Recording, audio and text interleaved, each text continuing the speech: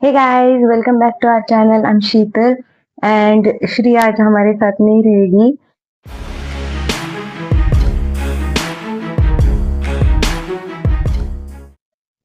पिछली वीडियो में मैं आपके साथ नहीं थी। I am so sorry. क्योंकि घर के मतलब मेरे पापा की तबीयत खराब थी। इसलिए पिछली बार श्री ने अकेले में वीडियो बनाया।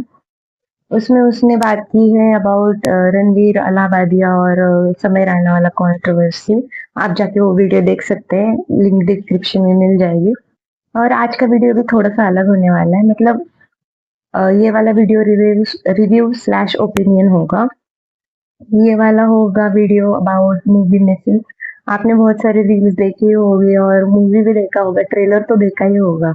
उस मतलब ये वाली मूवी में हम लोग रिचा के पॉइंट ऑफ व्यू से देखते हैं सब कुछ कैसा चल रहा है। मतलब उसकी शादी होती है दिवाकर से। राइट, ये है रिचा, ये है दिवाकर। उनकी शादी होती है। मतलब रिचा की शादी होती है एक अच्छे खासे फैमिली में, जहाँ पे पापा डॉक्टर थे, लड़का डॉक्टर है और मम्मी जी भी अच्छी है। तो उस देखते हुए किसी को लगेगा कि नहीं कि ये फैमिली में कुछ गलत है। वो शादी के बाद पता चलता है। मतलब सबका ही होता है, शादी के बाद असली रूप सामने आ जाता है। तो मैं सबको ही ऐसे कॉल आउट नहीं करूंगी, लेकिन आपको थोड़ा तो रिलेट हुआ ही होगा वो वाला, ये वाला मूवी। नहीं देखा होगा तो जाके देख लेना प्लीज। ये वाली मूवी में ना अ, हमें पता चलता है कि हमारे अंदर पैट्रियार्की कैसे डीपली रूटेड है। अब आप कहोगे कि इसमें पैट्रियार्की आती कहाँ। तो पैट्रियार्की का मतलब ही है यार, पुरुष प्रधान संस्था। पुरुष प्रधान, जहाँ पे एक पुरुष को उस घर के सारे अधिकार दिए जाते हैं। वो घर का मेन होगा, वो सारे डिसीजंस लेंगे, वो कमाएंगे। और इन औरतों का अधिकार क्या होता है? किचन, घर का काम, इस्त्री मारना, कपड़े धोना, खाना बनाना। तो ये वाली मूवी में भी ये सब कुछ पता चल जाता है। जैसे कि आ, शादी होते ही रिचा को घर के सारे काम सिखाए जाते हैं, जबकि वो ऐसे इम्पोज नहीं करते उस पे ये सारे काम आने ही चाहिए करके। लेकिन दिखता है ना कि मम्मी जी काम कर रही तो मुझे भी करना चाहिए। मतलब घर की औरत कर रही इसलिए मैं करूंगी। तो ऐसे ही मतलब वो रिचा भी करने लगती है काम सारे। मतलब उसको कोई ऐसे इम्पोज या फोर्स नहीं करता है कोई काम करने के लिए, लेकिन वो करती है, ट्राई करती है, वो बहुत ट्राई करती है, एंड तक ट्राई करती है। लेकिन उसका ना, उसको अप्रिसिएशन भी नहीं मिलता है। सीधा थोड़ा सा अप्रिसिएशन। पूरे मूवी में सब उसको ताने मारते रहते हैं। अ, पति उसको पति उसके खाने को ताने मारता रहता है। पापा जी उसके टेक्नोलॉजी यूज करने पे ताने मारते हैं, जैसे कि उनको सिलबट्टी की चटनी पसंद है, लेकिन ऋचा को आती नहीं थी। तो वो मिक्सी की चटनी लाती है, वो खाती नहीं है। ऋचा को कुकर वाली बिरयानी आती थी, लेकिन पापा जी को चाहिए थी दम वाली बिरयानी। मतलब उनका कहना है कि स्लो कुकिंग होगा तो अरोमा ज्यादा होगा, टेस्ट ज्यादा। मैं मुझे पता है ये सब कुछ, मैं भी कुकिंग करती हूँ, लेकिन हर बार तो नहीं होता है ना यार कि टाइम पे खाना देना होगा। तो वो स्लो वाली दम कब तक मारते रहेंगे हम लोग। हम्म। और फिर मम्मी जी पूरा दिन पूरी रात किचन में ही दिखेगी आपको। मतलब किचन में दिखेगी आपको। वो किचन के सारे काम करती है, सबका खाना पीना देखती है, वो साफ सफाई रखती है क्योंकि पापा जी को एलर्जी है। अच्छी बात है। वो बेटे को गर्मा गर्म फुलके देती है, क्योंकि डब्बे में रखे हुए फुलके को रोटी कहते हैं। मुझे नहीं पता था, लेकिन उसमें मतलब मुझे नहीं पता था एक्चुअली, लेकिन हमारे घर पे तो रोटी ही बनती है। उसमें मैंने देखा कि उसने फुलके बना के डब्बे में पैक करके रखे हुए रहते हैं। तो बोलता है ये मुझे फुल्का चाहिए, तो वो कहते रखे ना। तो वो बोलता है नहीं, ये तो रोटी है। कुछ तो नया सीखने को मिला। तो ऐसे ही मतलब ये वाला हुआ। मतलब खाना ही खाते रहते हैं पूरे मूवी में, उसके खाने पे ताने मारते रहते हैं। फिर मम्मी जी को लगता है कि उसने किचन गंदा नहीं छोड़ना चाहिए। रिचा चाहती थी कि मतलब उनके घर में काम वाला आता है, तो ऋचा कहती है कि वो आने तक रुक जाएंगे, वो कर लेगा। नहीं, बासी किचन नहीं छोड़ना चाहिए, बर्तन मांज के रखने चाहिए। इसमें गलत कोई कुछ नहीं है, लेकिन पेशेंस भी तो कोई चीज होती है यार। एनीवेज, तो फिर बात आती है कि मम्मी जी ने कभी ऋचा खाना बनाते हुए खाने की आदत थी उसको, तो मम्मी जी ने कभी वो उसके सामने पॉइंट आउट नहीं किया। लेकिन एक टाइम पे बुआ जी आती है और बुआ जी कहती है कि उसकी मम्मी जी ने कहा कि तुम्हें खाना खाते बनाते वक्त चुगली की बहुत आदत है। राइट। ठीक है। मतलब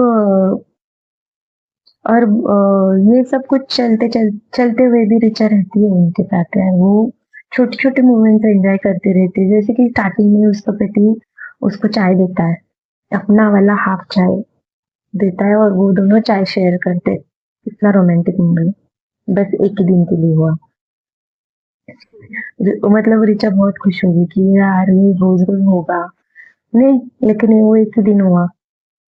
फिर अ, वो सीखती रहती है, खाना बनाना सीखती रहती है, लेकिन उसके खाने को कभी किसी ने कॉम्प्लीमेंट नहीं किया या फिर अप्रिशिएट भी नहीं किया, उसको किसी ने थैंक यू भी नहीं बोला। क्यों? क्योंकि वो उसका काम है यार। और और एक चीज उसमें कंटिन्यूअसली दिखाई गई कि उनके किचन का सिंक का जो पाइप है ना, वो खराब हो गया था। पूरे मूवी में वो उसको पूछती रहती है कि दिवाकर, प्लम्बर को कॉल कर, प्लम्बर को कॉल कर, प्लम्बर को कॉल। नहीं, दिवाकर बस अब टॉपिक ही बदलता रहता है। मतलब अब ये आप लोग सोचोगे कि तो वो भी तो कॉल कर सकती थी, लेकिन वो कॉल करने के लिए कह रही है ना, क्योंकि दिवाकर के पास नंबर होगा। वो अलग जगह पे रहने आई है, उसके पास कहाँ आजू बाजू के नंबर होगी किस सबके। और मतलब समझ रहे हो ना। फिर मतलब ये भी हो गया, और फिर अलग एक बात दिवाकर की मुझे बिल्कुल पसंद है। वो अपने आप को एक रिस्पेक्टेड गायक कहता है, लेकिन पूरे मूवी में मतलब मूवी में नहीं कह सकती, स्टार्टिंग में तो उनका म्यूचुअल हुआ है, लेकिन बाद में ही was forcing himself on to her. वो मूवी में उसको कॉल आउट भी करती है और बताती भी कि उसको दुखता है और उसके लिए कुछ डिजायर थे, फोर्स प्ले करो। लेकिन दिवाकर क्या कहता है?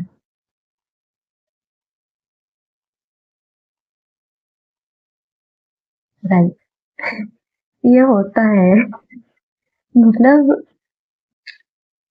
तुम उसको किचन का प्लम्बर बुला के नहीं दे रहे हो और उसको कह रहे हो कि उसके शरीर से किचन की दुर्गंध आ रही।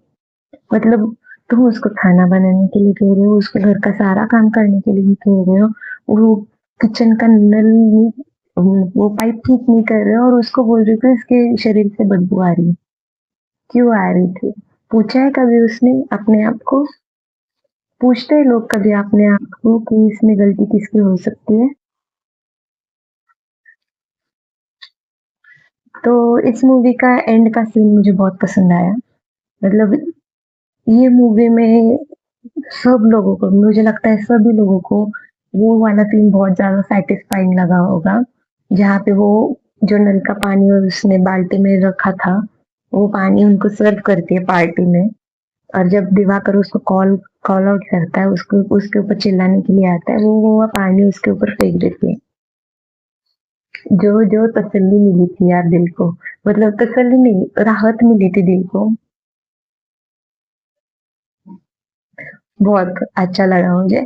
और वो वहां से निकल के जाती है और मतलब पूरे मूवी में ऐसे लगा कि मुझे लगा कि कैरेक्टर डेवलपमेंट होगा, कि वो सबके साथ बात करेंगी, तो उसके साथ साथ घर वाले थोड़ा बहुत चेंज करेंगे ना।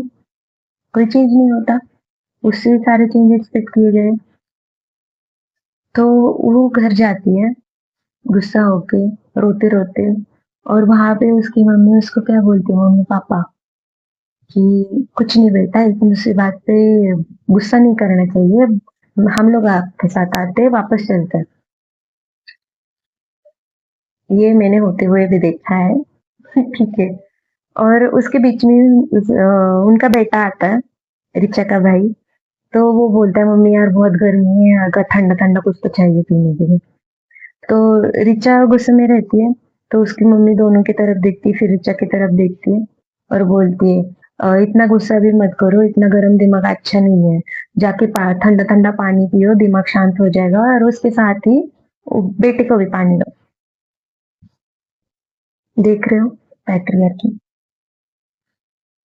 वही पे रिचा गुस्सा हो जाती है कि अगर आपके वजह से ये सब कुछ हो रहा है, आपने अगर उसको सिखाया होता तो ये सारी नौबत मुझ पे नहीं आती, ये सारी नौबत आपके बहू पे भी नहीं आएगी।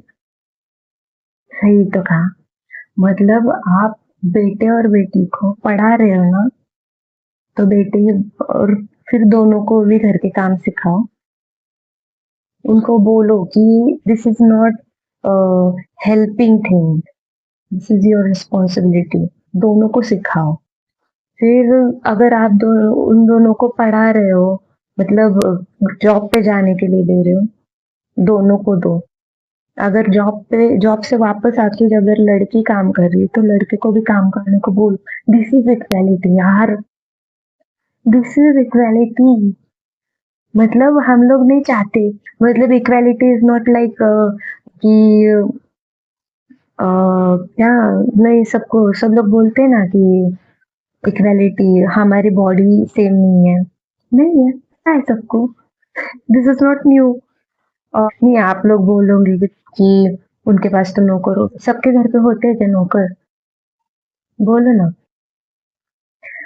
और फिर दूसरा आर्गुमेंट आता है, मतलब तीसरा आर्गुमेंट आता है कि अगर लड़की लड़के को पीटती है बीच रास्ते पे तो सबको तसल्ली मिलती है, लेकिन अगर लड़का लड़की को पीटता